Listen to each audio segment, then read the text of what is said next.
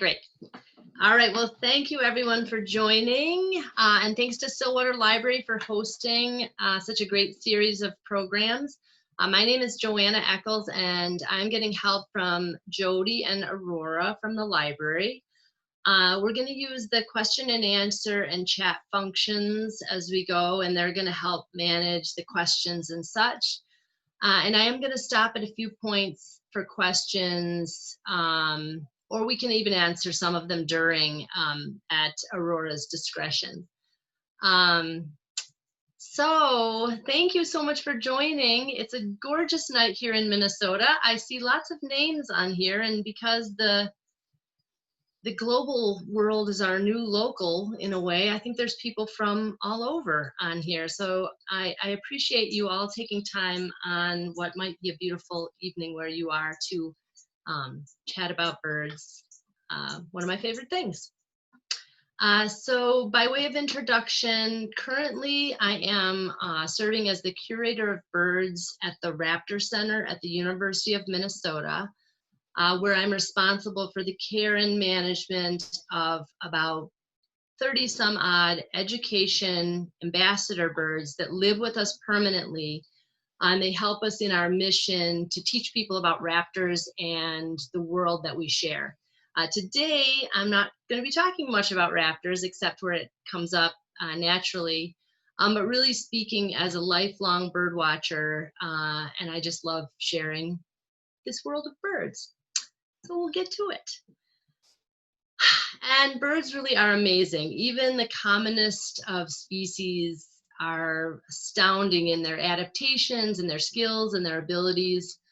We're learning so many new things about birds, so I'm just hoping that some of the things I think are true aren't already disproven. We're learning that crows create tools, they recognize human faces, chickadees like this little guy, they remember the locations of literally thousands of seeds that they've cached. And I doubt there's really any species that we could look into that wasn't full of these kinds of surprises and secrets. So for me, birds have really been a central and organizing force in my life, really since I was a child. We put up a bird feeder, and we identified a chickadee.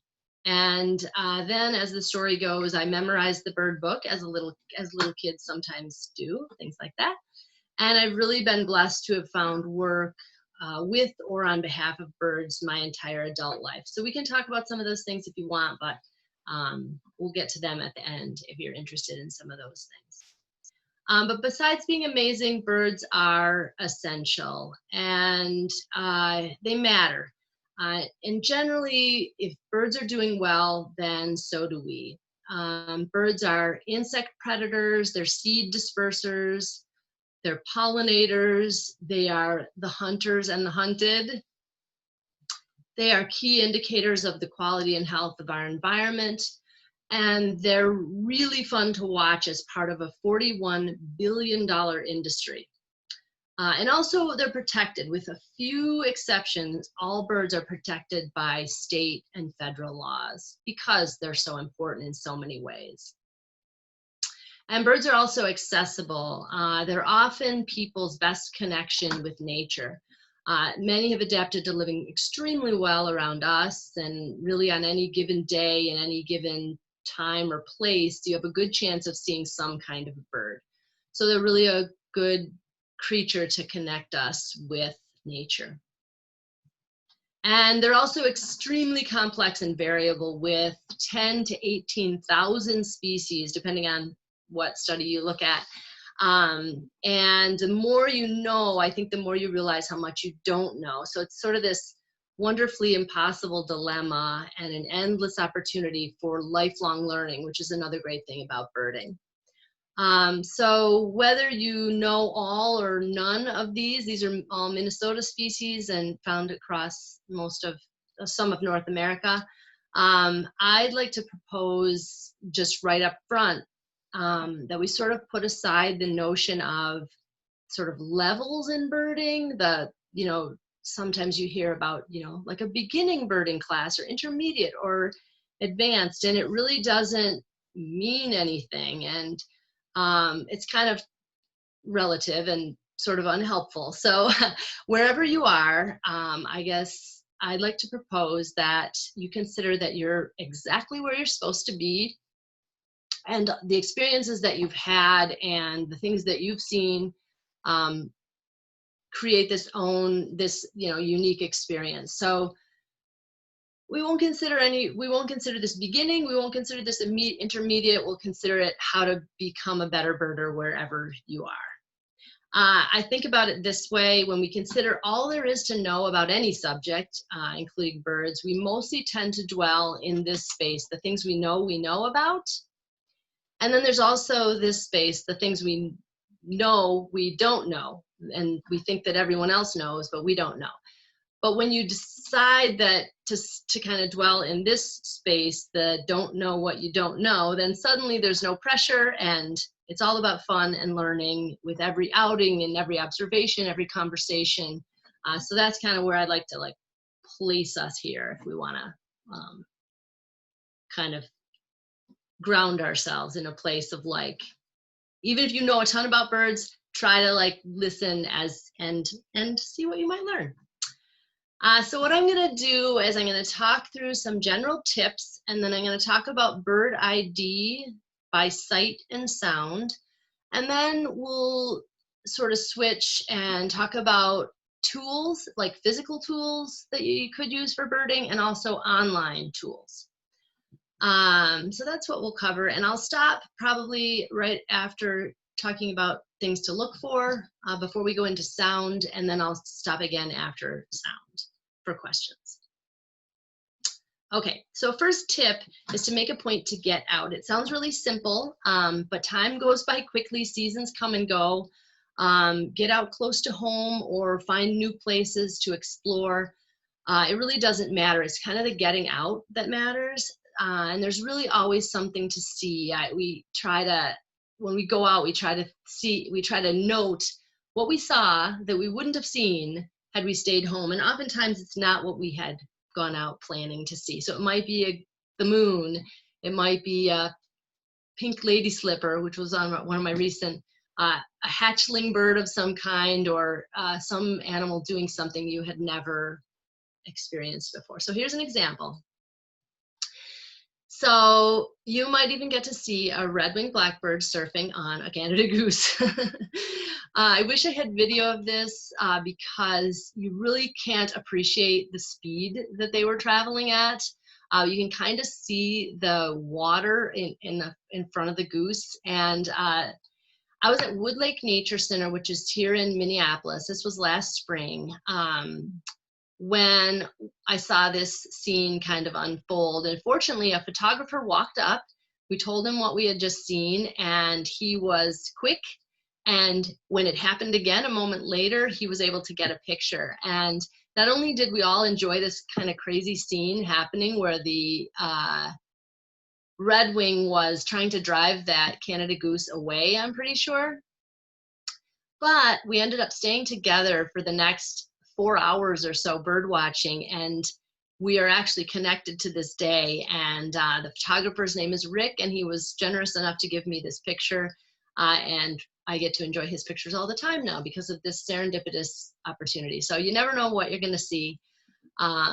So appreciate the generosity of his photo, and also you'll see many other photos in this show that are from another photographer named Rebecca Field, who's a Minneapolis photographer that's very generous with her images for education. So shout out to those guys. But anyway, you never know what you're going to see. Here's another example. This is something crazy I saw just a couple of weeks ago. The Canada geese, of course, but never in my life have I seen 27 goslings with a pair of Canada geese. So you never know what you're going to see, what you're going to learn. Even the commonest birds can surprise you. So there's always something. So the first tip is to get out. The second tip is to slow down. Take your time, really look at common familiar birds and avoid the I call it the just a bird syndrome. It's just a blue jay.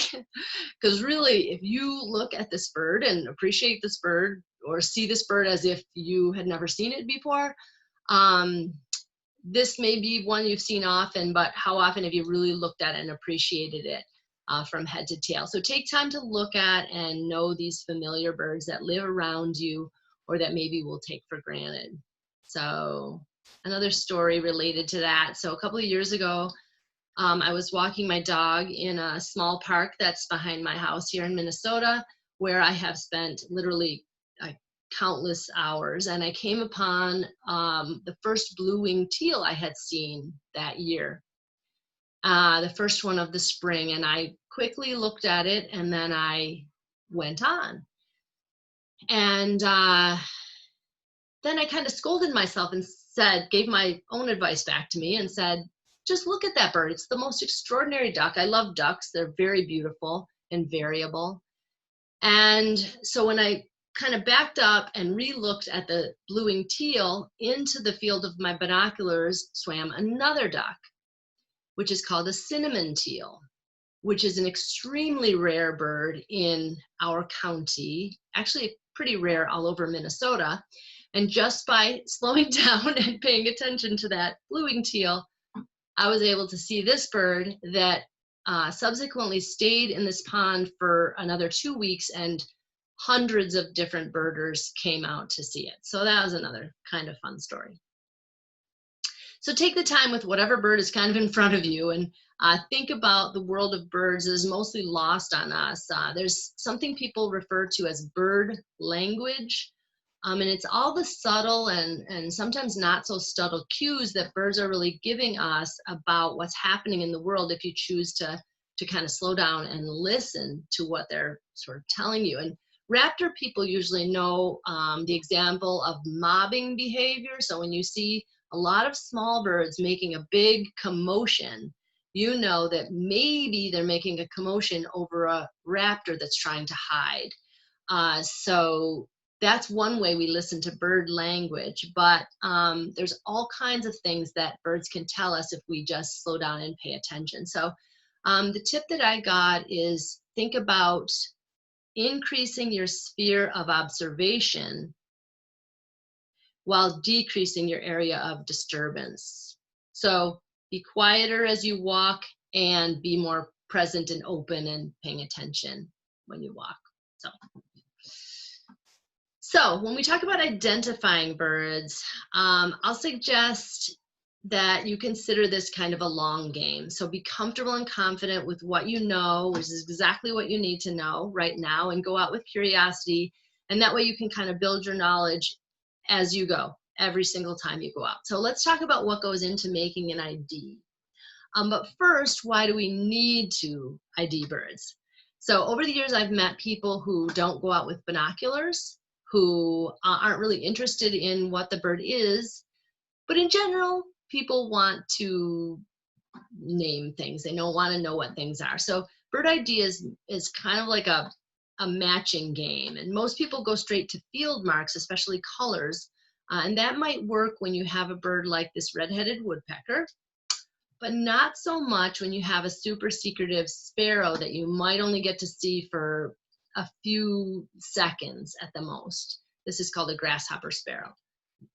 But sparrows are kind of tricky.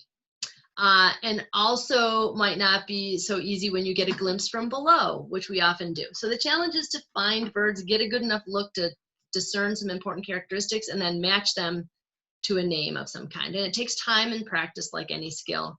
The more birds you look at and watch and study, the more you'll know at a glance. So how to improve your ability to see what's important and kind of build this database in your mind to call upon. So the next tip I'll give you is to really start where you are. You already know more birds than you think. And that'll be a theme that comes up again when we talk about sound. So start where you are.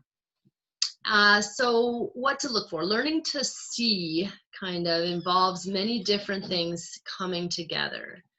So study up on some of the birds that you might expect, and then observe intentionally. And I'm going to show you a bunch of examples of what to look for. Like there'll be bird images in there, but not because you need to remember those particular birds. They're just examples of what to look for. So don't be overwhelmed by that. We'll show many different birds. So the first thing to look at and look for is shape and size. And I love this old, the old pages from the inside of the Peterson Field Guide. It's kind of an old classic, and probably a lot of you can identify so many of these birds just by their shape and size relative to one another. And there's other things depicted in this image. Really, you're seeing some behavior too, where birds are sitting, what they're sitting on things like that. But shape and size. Here's an example in real life of shape and size. These are cedar waxwings, but you might know them by their shape and their size, and also their behavior. They're in a berry tree. So learning to identify silhouettes can be a fun challenge. Another example of shape and size is that when you have the opportune time where you see two very similar species together and you're able to compare them. So these are our two common woodpeckers in Minnesota, the downy woodpecker below and the hairy woodpecker above. And there's a number of ways you can discern them, but shape and size is what it comes down to, and your general impression of, wow, that was huge, or wow, that was really tiny. A lot of people look at the beaks with the downy and the hairy and look at how far the beak sticks out on the hairy versus a very kind of tiny beak on the downy. So there's a tip. And I like this little chickadee, like kind of photobombing them here. All right, posture is another thing to look for. This is a white-breasted nuthatch. They're kind of known for having this posture, going down underneath trees and having this sort of J-like posture, but not always. And I've gotten photos from people of nuthatches like in a position like this, and they're completely thrown off because they're not in their normal posture. Another thing to look for is flight style. So flight is a central theme of birds and can also be used for figuring out who is who. Flight behavior in general, or like if it's a flock, is it loose? Is it in a formation? Is it in a kettle, which means it's rising with hot air? I put white pelicans here because they have a really beautiful and distinct flight style where they rise up in the thermals, and that white and black really shows. So people who don't necessarily even notice birds in general will always come to you if you're the bird person in their life, and they'll say, what am I seeing? And it's sometimes at the right time of year you can guess from their description it might be white pelicans. Another good bird that we have local to us is the great blue heron. So great blue herons tend to fly with their necks regressed, pulled back. The only time they really don't is when they're first taking off or first landing. Then they'll have their neck straight out, and they might look more like a crane. So there's a comparison of the two larger images are sandhill cranes, and the smaller inset is a great blue heron. So necks out are sandhills, necks in are great blue herons.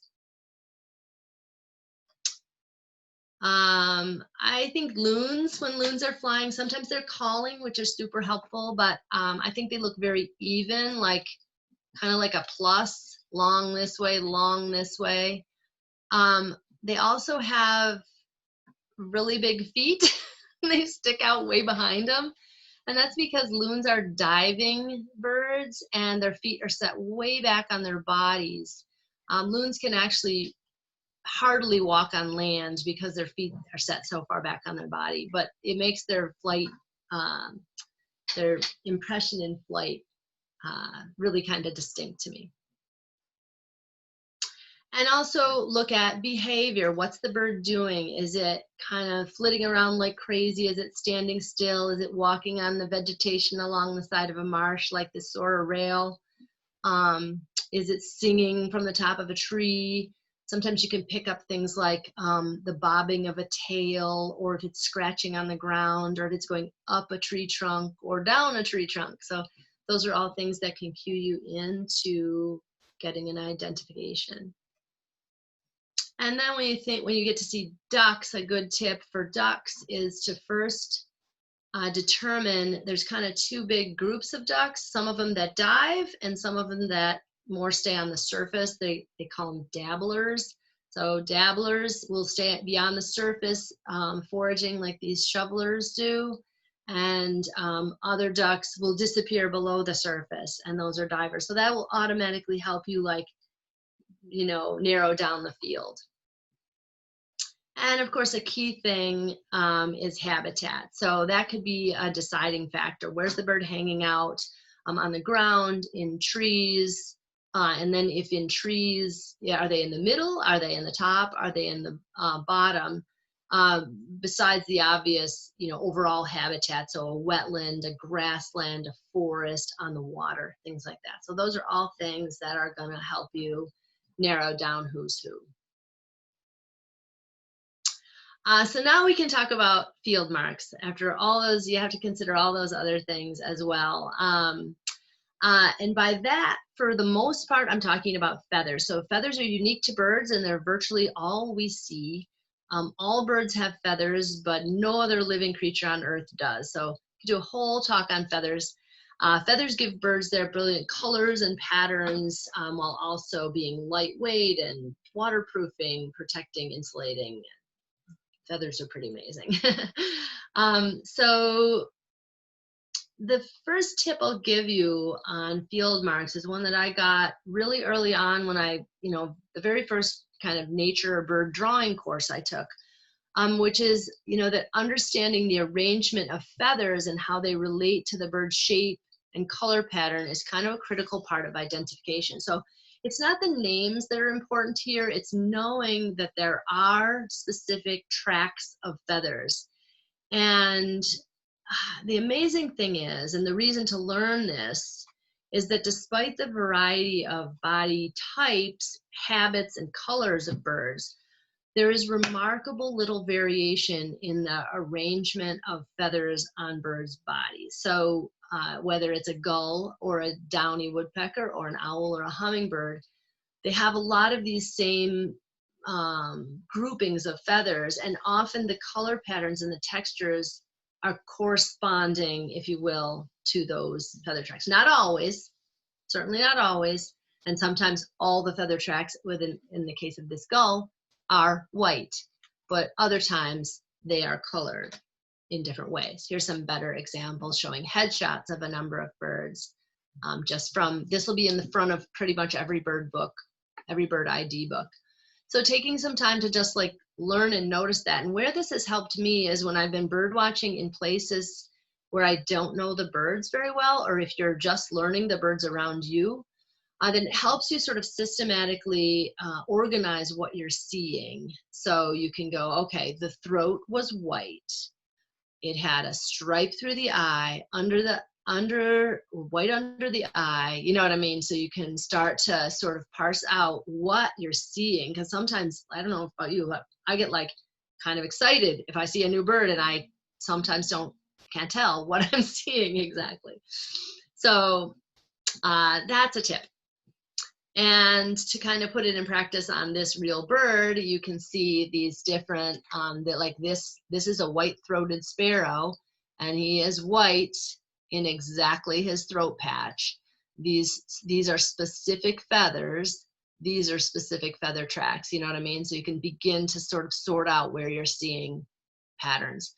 Another thing I'll just note here quickly is that one of the things that can help you identify certain birds is what we call wing bars. And wing bars are stripes on the bird's wing, the folded up wing. And those wing bars, it's just kind of cool. They're the tips of these certain feathers. So wing bars are created by color patterns on the tips of those feathers. So it's helped me to understand how birds are put together to better appreciate their patterns. Okay. So besides all those things, also consider whether you might be seeing an adult or an immature. So this picture on the right, the more brown bird, I took up on the North Shore at Hawk Ridge. And when I first saw this bird, I didn't know what it was. And I was so surprised that nobody was making a big deal of this really cool and different sparrow that was foraging with others. And then I realized it was an immature white-crowned sparrow. And I was the only one that didn't know that, maybe, that day. So you can kind of see the similarities in the shapes of these two, but that's something to consider, is that if a bird is confusing you, look at those other things, shape and size and behavior, and maybe you'll be pointed in the direction of somebody you already know, an adult. Here's other examples of adults and immatures. These two are adult bluebirds, male and female. And then these are juveniles, and they're kind of hard to identify if you see them by themselves and you don't get a good glimpse of this blue that they have on their wings. Of course, most people know cardinals, but sometimes when people see a female cardinal, they literally don't know what it is, because the male is really what catches our attention. And then here's probably one of the most common females that I get asked about. And it's a bird you all know, but you may not know the female. And it's a red-winged blackbird. So I got to be on the lookout for a better photo. But that's a very beautiful but underappreciated female red-winged blackbird. And then let me just talk a little bit about woodpeckers. Woodpeckers are super fun. A lot of people love watching woodpeckers. And one of the really fun things about woodpeckers is that in general, you can tell male from female, and it's usually related to where they have red or color, not always red. But these are called red-bellied woodpeckers. They actually, believe it or not, do have red underneath their bellies. You usually don't see it, but the difference between the male and female in the red-bellied is the red, so the extent of the red. So this is the male, and his red comes all the way to his beak, and this is the female, and her forehead and the top of her head is gray. So that's just kind of fun. Similarly, downies and hairies, the males have the red on the back, females have no red, and interestingly, the juveniles can sometimes look like this. With red on the top of their head. So that's just kind of fun. And I was startled by one that looked like that at my feeders one day. So it's kind of fun. And the pileated. So the mustache is the difference in the pileated. The male has the red mustache and the female has the black mustache. Okay, so that was quick. But what to look for: shape and size, posture, flight style, behavior.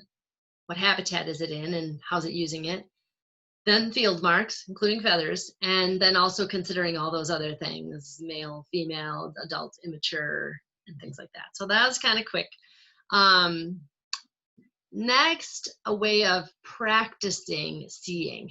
I will say quickly, these are not my drawings. I wish they were my drawings, but they are not my drawings. But one of the ways I would recommend that you practice seeing, meaning practice noticing, is by drawing. And it doesn't matter if you're good or bad at drawing.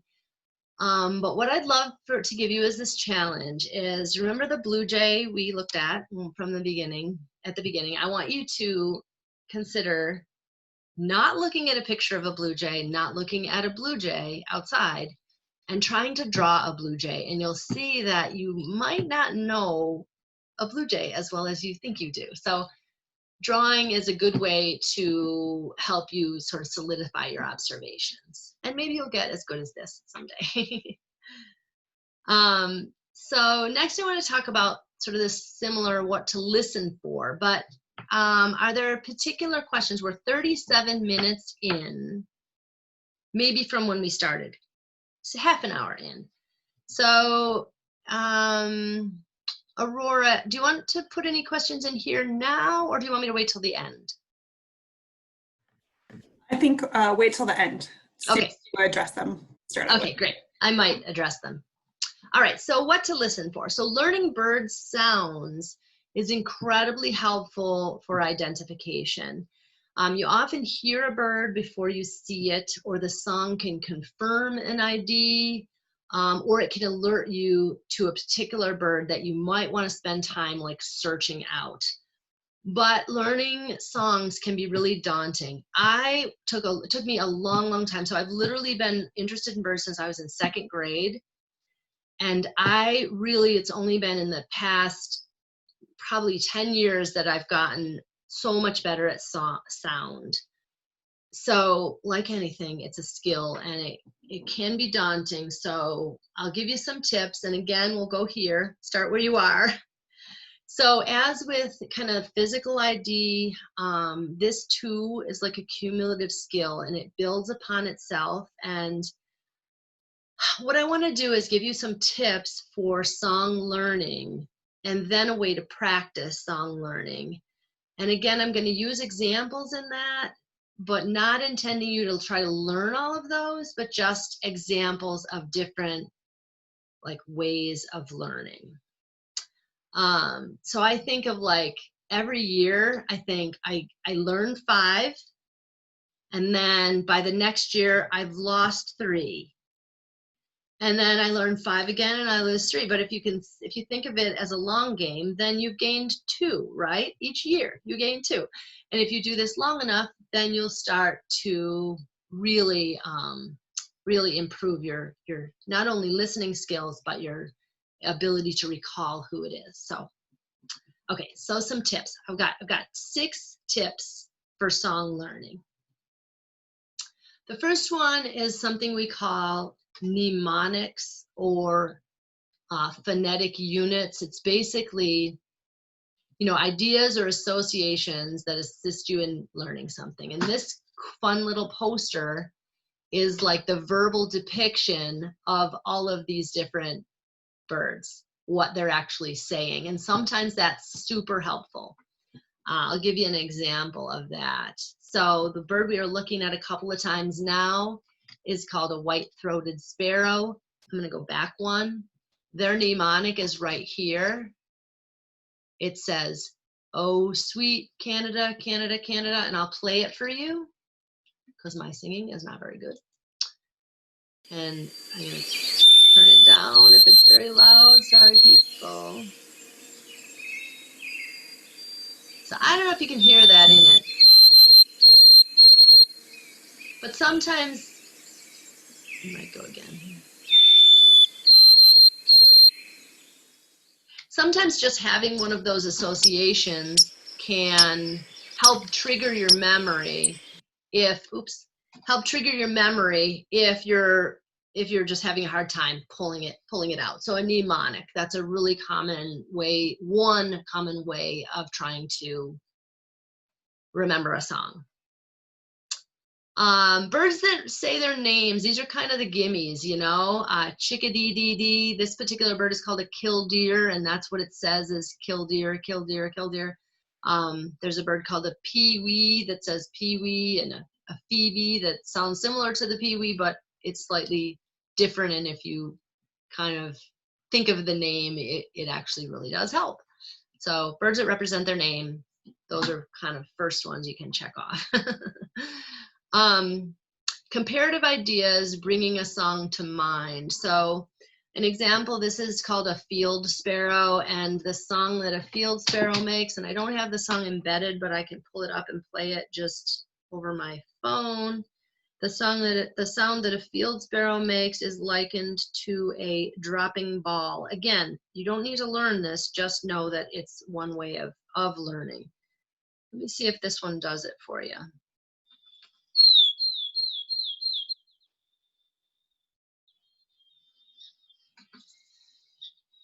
So people liken that to a dropping ball.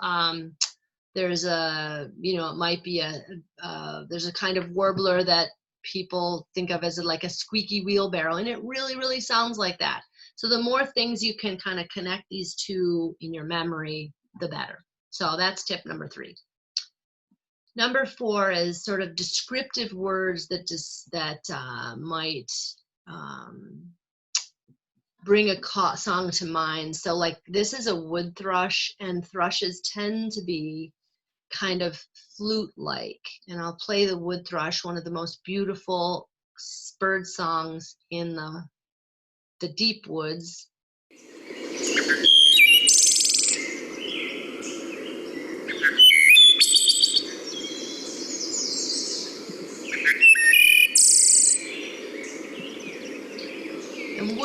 thrushes, they need big woods. So they're a bird that, you know, is declining quite a bit as we fragment woods. But whenever you hear wood thrush, usually it means that you've got an intact forest. So they're kind of cool. Other examples of this sort of descriptive word is like flycatchers. If you think their songs tend to be, and of course none of these are always, but tend to be kind of abrupt.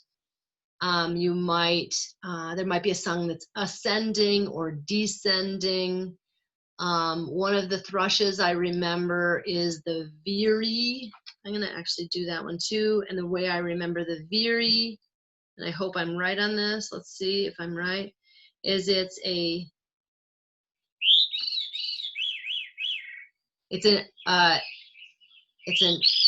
descending thrush, or it's a descending call, and they're a veery, and it's a V which descends. So that's a silly way that I remember the veery. Anyway.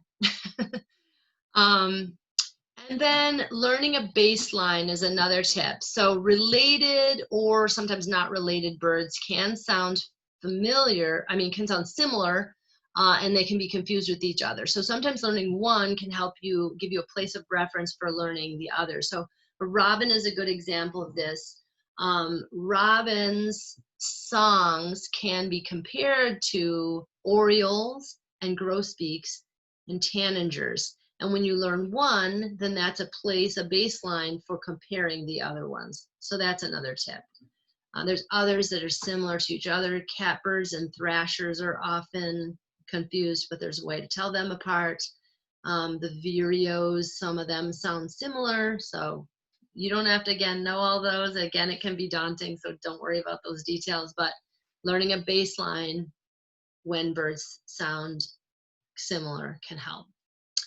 And then one more thing to mention is to know that there's this difference between songs and calls. So generally songs are more musical and associated with breeding time. And generally, but not always, sung by males. Although what we're learning is that more and more we're learning that females are actually singing too. And it was always given as a male thing, but more and more science is coming out that's showing us that females do a lot of singing too. So that's songs. And then there's calls, which are generally shorter with less of a pattern, but they can be extremely helpful in identification. So sometimes you'll hear a song and it'll be one of those confusing ones that I just mentioned, like a robin, an oriole, or a grosbeak. But then you hear this little call interjected, and that helps you determine who it was. So I think that's enough to say, because again, I don't want people to be overwhelmed by the songs.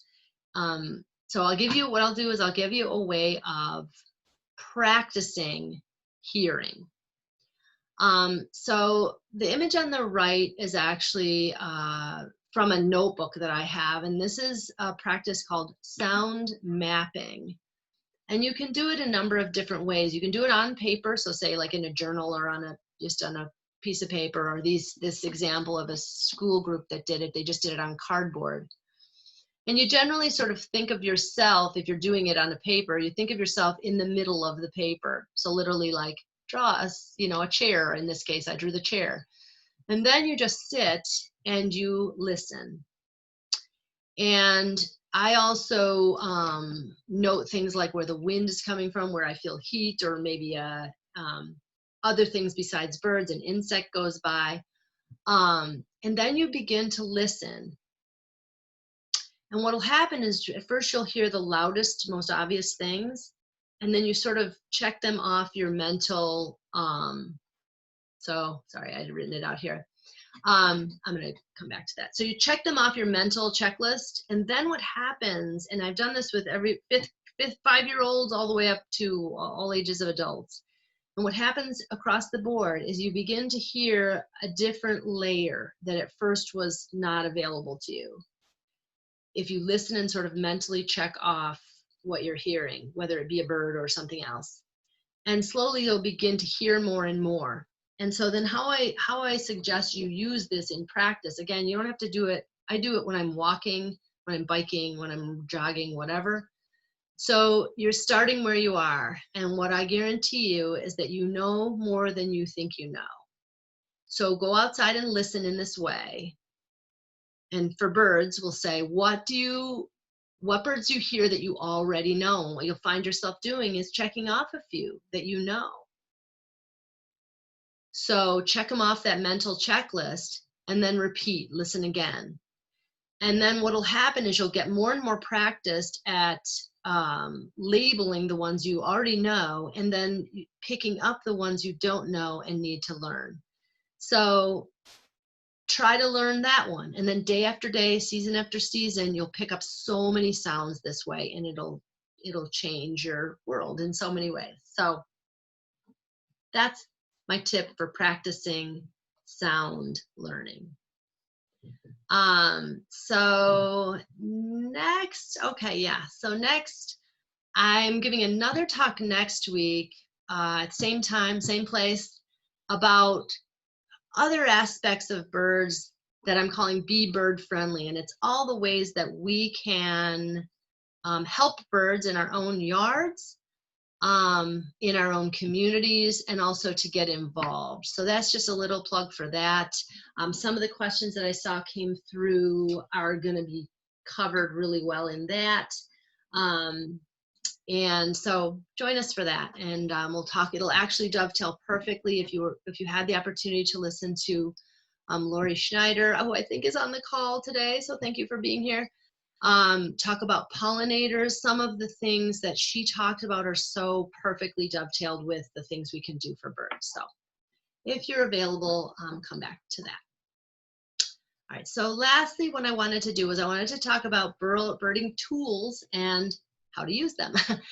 So these are the physical tools that you might carry. I carry binoculars, and I always carry a little camera, a micro or a super zoom, because it's quite small, but it zooms out really far, and it also has video.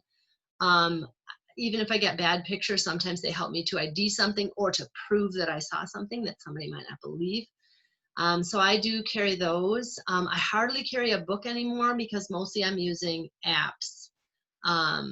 And one thing to say here too is when I go out with groups, we always start with a few minutes of adjusting binoculars and practicing finding birds. Obviously in this setting, we're not going to do that, but what I wanted to suggest you do on your own is to just know that binoculars can and should be adjusted to your eyes. And sometimes that makes such a difference when people just get them adjusted right. Everything suddenly looks so clear and beautiful. So it's really easy, and it makes a big difference, and I'll give you a reference for how to do that. And then also not to forget that, like I've said a couple of times, that the binocular use itself is also a skill. And to practice finding and getting your binoculars onto things. So just do that in your yard, you know.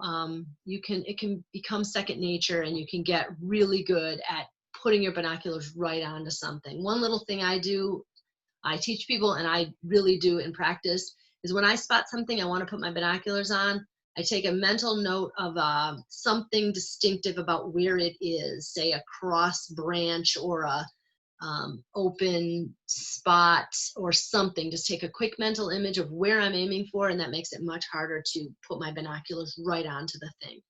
So that can help you. So what I want to do next is I want to talk about some online tools. Let me think of the best way to do that. I think the best way to do that is to stop the show. There you go. Okay, so stop the show, and I just opened up a whole bunch of browsers so that we'd have them here so I could run through them. So adjusting binoculars. So there's a really good YouTube video from Cornell. I'm going to show you a lot of Cornell things. I did happen to go there, but they weren't anything what they are today. I think they're just the most amazing resource. They were then too, but the online world has just opened up their ability to share what they have. So So there's a really good video if you just look up, and I'll share these with Jody and Aurora so they can send them to all participants after. But there's a quick little video about how to adjust your binoculars. The next one I wanted to show you was eBird. So eBird is a global record-keeping system that any person, it's like a citizen science platform, that any person can either enter observations or look up observations. And how I would suggest you use eBird, you don't have to submit checklists here, but how you use eBird is through this Explore tab. And I use this when I go to a new place. I go to a new place and I don't know where people see birds in that place. So if you go to the Explore tab, you can use a certain species that you might be looking for, or more likely just a place you are. And I opened this one to Minnesota.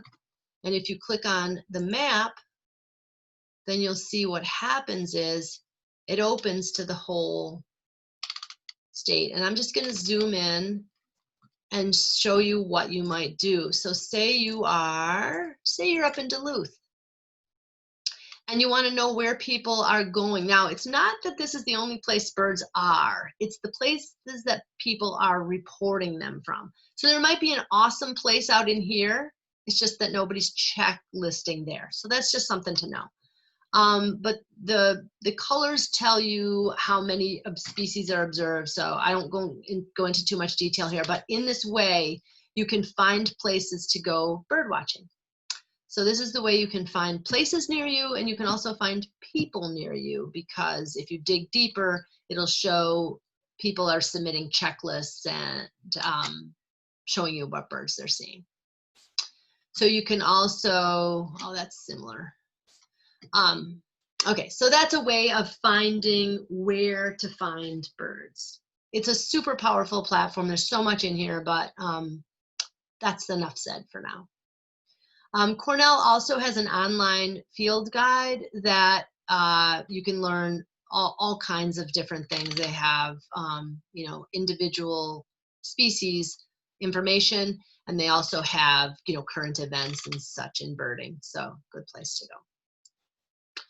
The other thing that is there is the bird cams. So if you want to waste some time, go here and watch Panama fruit feeders. Very fun. Okay, so people ask me if I ever use bird identification tools. And what I used and when I was playing for you is basically an online or an app version of a field guide. And I use the Sibley guide. But the Sibley guide doesn't help you if you don't know what you're looking at. So the new thing that Cornell has created is called Merlin. And it's a very powerful app that is just getting better and better as more people enter information into the other systems that feed this. And all you have to do is put in it's a free app, you put in a few basic pieces of information about the size of the bird, a few colors you can put in, and basically what the bird was doing. You can put a photo in if you want, but by just entering these few things, you'll get a list of potential birds, and it has gotten much, much more accurate. So it's quite a good way of, if you're just stumped, of helping you figure out what you're looking at. And then a tool for bird song learning is also a Cornell tool, and it's called Bird Song Hero. It's basically a game, and it uses kind of the visual representation, like a sonogram kind of thing, a spectrogram it's called, of how bird songs look. And if that's a way you learn, then that could be a really good tool for you. So those are some of the tools I wanted to share, and I will stop talking now. I will go back to my slideshow and we can take questions.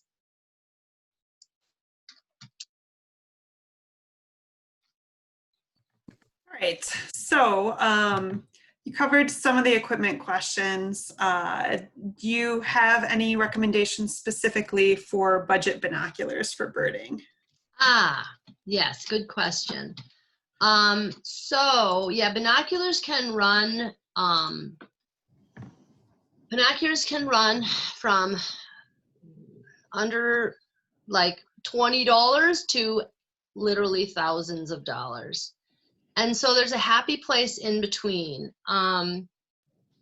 You should probably, I would recommend you spend a little time online. And what I'd recommend is you don't buy the absolute cheapest, because what's going to get you a good view of things is good, like the optics, you know? So it's the same thing if you're buying like glasses, like to look through. You're not going to buy the absolute cheapest glass, because that's going to get scratched and it's going to distort the light and things like that. So there's some really high-end brands, and there's some brands that have high-end and medium and lower. And so I would look at some of the brands, like Nikon has really good binoculars in all different. I can show you the most recent sort of less expensive pair that we bought for our family is a brand we had never heard of, but my husband researched, and they're called Carson's. And I can show you them. I brought them up because I knew this question was in here. They're called Carson's. They're pretty small, and they were about, I think, a little over $200.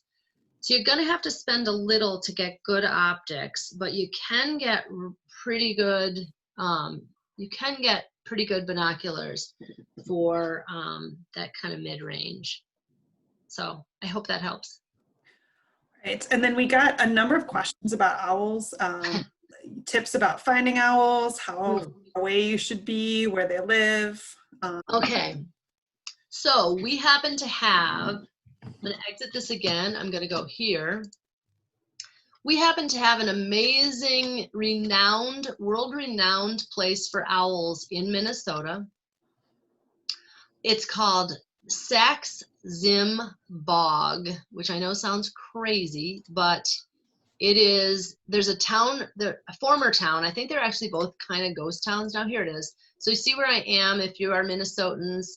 This is Duluth and the tip of Lake Superior. It's sort of north and west of Duluth, just north of Cloquet. The little town close, or one of the little towns closest, is Meadowlands. But anyway, it's more of a region. Like, you don't go to Sax-Zim Bog and expect to like come up to the like the entrance.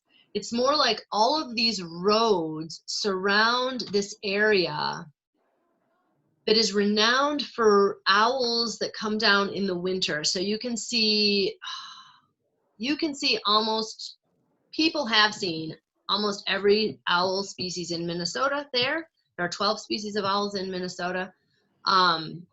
There's some that are more common. It's known for great gray owls. This year there was a really reliable small owl called a boreal owl that people were seeing.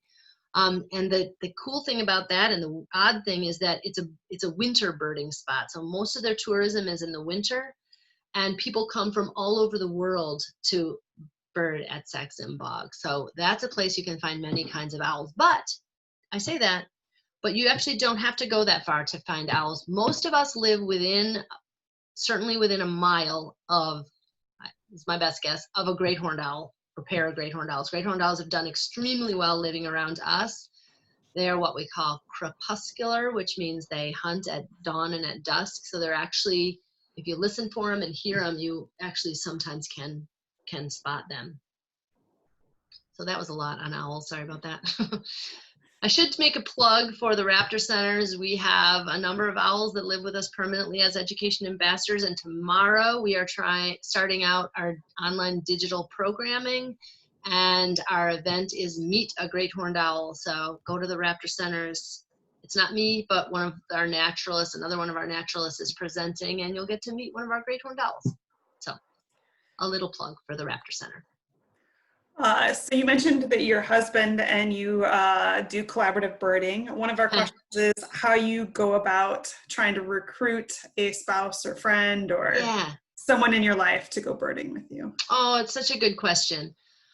So I asked my daughter about this because I had seen the question come in, and we were talking a little bit about it. And so our tips are, Don't go to a place that's beautiful for other things too. So kind of add birding to the things you already do, whether you like to hike or kayak. Speaking of kayaking, if you live, that question came from somebody who lives here and you have access to the water, take them to a spectacle, like take them to a place where they are guaranteed to see something really good. And there are quite a few of those. So one I'll give you is on the St. Croix River here in Stillwater, Minnesota. We have a rookery, which is a breeding area for birds that nest together colonially, and it's just north of Stillwater. So if you have the ability to get in a boat, my daughter and I kayaked out there the other day, and there are nesting great blue herons, nesting cormorants, and nesting great egrets, the big white ones. So take them to something that's like a spectacle. Don't make it too long or involved. The other tip is feeders. So in the winter, actually even year round, feeders can be so much fun and can really capture people's attention. And also take them out, sometimes like take them out to a planned birding trip or even just a planned birding outing. Because sometimes when there's a leader there, they start to point out birds that you wouldn't have noticed by yourself, and it sort of opens up that world. So I don't know if that helps. We talked about it, but I think that helps. some tips. I've got lots of questions about specific birds too. Okay. What quails are in Minnesota? Are house finches or purple finches more common? And raptors in South Dakota. Okay. So, I didn't hear the first one. I heard the finch one. Quails. Oh, quails. Yeah. God, I think there used to be bobwhite quail in Minnesota in the west. I don't think they're really here anymore. I think they're much more a summer species. And the quail that you might see are escaped from game farms, perhaps. So I don't know that we have, I don't know that we have any wild quail here. Correct anybody pipe in if you know the answer to that. House finches and purple finches. House finches tend to be more common in my experience than purple finches, but you can learn to tell them apart. I'd say I get 20-1 house finches to purple finches. That being said, though, finches are really eruptive. There's some years that are good finch years and some years that aren't. There's a funny thing, actually. There's a finch forecast. Like literally people track the conditions, winter finch forecast. So there's a thing. So, and these crossbills, which is what's shown here, is also a kind of finch, but they literally track the conditions and can predict what kind of year we'll have for all the big finches. So, but in my experience, house finches are much more common than purple finches, but that might not be the same everywhere.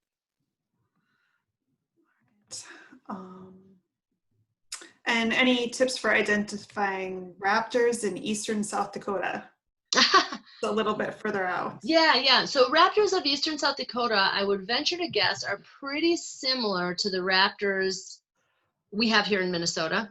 And I should say on the note, and this also sort of harkens back to the question that somebody asked about getting a family member involved. We also have a very renowned hawk observatory here in Minnesota, and there's some across the country. But we have Hawk Ridge up in Duluth. So that would be a great way to get somebody involved. Take a fun trip to Duluth or to the North Shore, make a short stop at Hawk Ridge during the fall migration, and you can look up on their website. And it is a super fun experience. You can just take a couple hours out of your day. You don't have to get up at the crack of dawn because the hawks tend to fly once the thermals are active. So it's in the day on a sunny day, so it's beautiful, and people hang out along the ridge, and there are naturalists there, and there are also scientists that are counting birds and keeping track of what's going by. So Hawk Ridge would be a great suggestion for both learning to identify hawks and for getting that family member who doesn't know what the big deal is to see what the big deal is. Because raptors, people love raptors. Come to the Raptor Center. That's another way.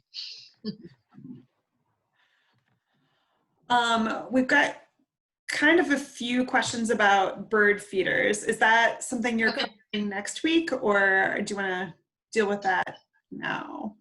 I'm not really I could probably put a little bit in on feeding. Okay. Mostly, honestly, when I talk about feeding in that presentation, I'm mostly talking about plants, because plants are super critical to feeding birds and raising baby birds. If you want to have baby birds, you got to have the plants that produce the caterpillars that the parent birds are feeding the insects, so are feeding the babies, their chicks. That's a preview of next week. So feeders, is there a specific question about feeders? Uh, there are, let's see here. Sorry. No, that's okay. One of them was specifically looking for feeding orioles, cardinals, and woodpeckers. And they do have suet already with a baffle. Is there anything beyond that you would recommend? Yeah, so like in general with feeders, there's like, if you're going to put one feeder up, the general recommendation is the seed that's attractive to the most birds is black oil sunflower. So say you're starting out, you put a sunflower feeder up, and then you can begin to branch out. So, and have like a black oil sunflower, and then maybe you have a thistle feeder where I mix thistle seed, which is the little black ones. I mix those with like little tiny sunflower chips, and I have the best luck that way. That'll attract finches, goldfinches, house finches, but also redpolls and pine siskins, which are winter in those finches. And also, like, I have a downy woodpecker that comes to that feeder. I don't know if it's the same individual all the time, but other birds will use that too. Chickadees will use it. So that's another one. Another super popular feeder at my house is peanuts. So you can either serve whole peanuts in the shell, and the woodpeckers will come from out of nowhere. I'm sorry, the blue jays will come from out of nowhere within 4 minutes, and they will clean it out within an hour, and they'll bury them all over your yard. So that's actually kind of fun and entertaining. Or you can get peanut parts, which are like the little, they sometimes call them peanut rejects, and those are very popular with a lot of different birds. And then the other thing to mention is to have water. So, and you can have water year round. One of the best ways to attract birds in the winter is to have a heated water source. It doesn't have to be heated so hot, it's just heated above freezing, and it'll stay open, and you'll attract a lot that way. So we could also do a whole talk on bird feeding if you guys want to sometime in the future. Very fun. All right, and I think our final question is any favorite experiences you've had with birding or your favorite birds? Oh gosh, so many. So yeah, so many experiences, kind of in that you never know what's going to happen when you go out. I have seen so many fun things, so many unusual things, so many things that tell me I don't know anything about. The more I know, the less I know, because I just don't even know things surprise me all the time. But I guess the most fun thing is like when other people are interested in birds too, and you getting people interested in birds. I've had a lot of experiences where people are like, I'm not really that interested in birds. And then you begin talking to them, and you realize, and they realize that they actually really are, and they've actually noticed more than they thought. So I think that sort of sharing, that community building is one of the, and the types of people that are interested in birds and nature have been a source of a lot of fun in my life. So, and they're just awesome. So to wrap up, just reiterate, it's a lifelong hobby. So get out and slow down and practice seeing, practice hearing. Start where you are. It's just where you're supposed to be. So just go out with curiosity and remember that you don't know what you don't know, and there's always something to learn. So please join us next week, and thanks for all the questions and the attention, and for staying late here tonight. So thanks. Add